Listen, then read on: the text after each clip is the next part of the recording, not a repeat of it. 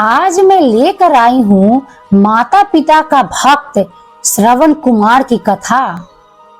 श्रवण कुमार कौन थे? श्रवण कुमार की संपूर्ण कहानी तो वीडियो के अंत तक जरूर बने रहिएगा। आपको पता है दोस्तों, श्रवण कुमार का नाम उनकी माता पिता के भक्ति के कारण जाना जाता है।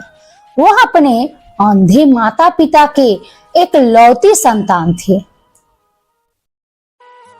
एक बार जब वह अपने माता पिता के लिए जलाशय से जल लेने के लिए गए, तब राजा दशरथ के एक बाण के कारण उनकी मृत्यु हो गई थी। जब भी बात माता पिता की सेवा करने की आती है तो श्रवण कुमार का नाम सबसे पहले आता है। दोस्तों, यह बात त्रेता युग की है, जब भगवान राम के जन्म से थोड़े समय पहले श्रवण कुमार नाम का एक लड़का था। श्रवण कुमार के माता पिता अंधे थे, इसीलिए उन्होंने बड़ी ही मुश्किलों और कठिनाइयों से लड़ते हुए श्रवण कुमार को पाला था। इसीलिए जब श्रवण कुमार लायक हो गए, तब वह अपने माता पिता की सेवा करने लगे। एक बार श्रवण कुमार के माता पिता ने इच्छा जताई कि वे तीर्थ धाम की यात्रा करना चाहते हैं। तब श्रवण बांस की दो बड़ी बड़ी टोकरियां लेकर आए और उन्हें बीच में एक मजबूत लकड़ी से बांध दिया। इस तरह वह एक तराजू की तरह बन गया। एक टोकरी में अपनी माता को बिठाया था और दूसरी टोकरी में अपने पिता को बिठाया और लकड़ी के बीच में अपना कंधा लगाकर उठा लिया और अपने माता पिता को तीर्थ धाम की यात्रा पर लेकर चले गए। जब लोगों ने यह देखा कि एक पुत्र अपने अंधे माता पिता की इस तरह सेवा कर रहा है, तो उनका नाम माता पिता भक्त श्रवण के रूप में प्रख्यात हुआ। श्रवण हर रोज काम करने के लिए घर से निकल जाते थे।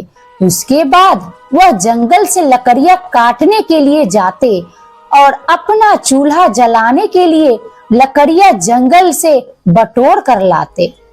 उसके बाद चूल्हा जलाने के बाद वह अपने माता पिता के लिए खाना बनाते। श्रवण इतनी मेहनत करते देख उनके माता पिता हमेशा यह सोचते थे कि वह कब इस उलझन से मुक्त हो पाएंगे। श्रवण की माता घर के काम करने के लिए श्रवण को मना करती, लेकिन फिर भी श्रवण कुमार अपना कर्तव्य मानकर घर और बाहर का हर काम स्वयं करते थे। दोस्तों, आइए जानते हैं कि श्रवण कुमार की मृत्यु कैसे हुई थी। एक रोज श्रवण कुमार खाना बना रहे थे, तब उनके माता पिता ने उनसे कहा कि उन्हें प्यास लगी है।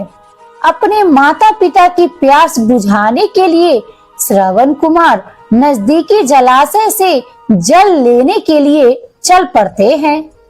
जब श्रवण जलाशय से जल भर रहे थे, तब उनके बर्तन से ऐसी आवाज निकल रही थी कि जैसे कोई जानवर पानी पी रहा हो। ठीक उसी समय अयोध्या नगरी के राजा दशरथ शिकार के लिए जंगल में आए हुए थे। राजा दशरथ के पास शब्द भेदी बाण चलाने की कला थी, जिसमें वह केवल ध्वनि सुनकर अपने बाण को निशाने पर मार सकते थे। श्रवण कुमार पानी भर रहे थे। उनके बर्तन से निकलने वाली ध्वनि जब दशरथ ने सुनी, तो उन्होंने सोचा कि वह कोई पशु है जो कि जल पी रहा है।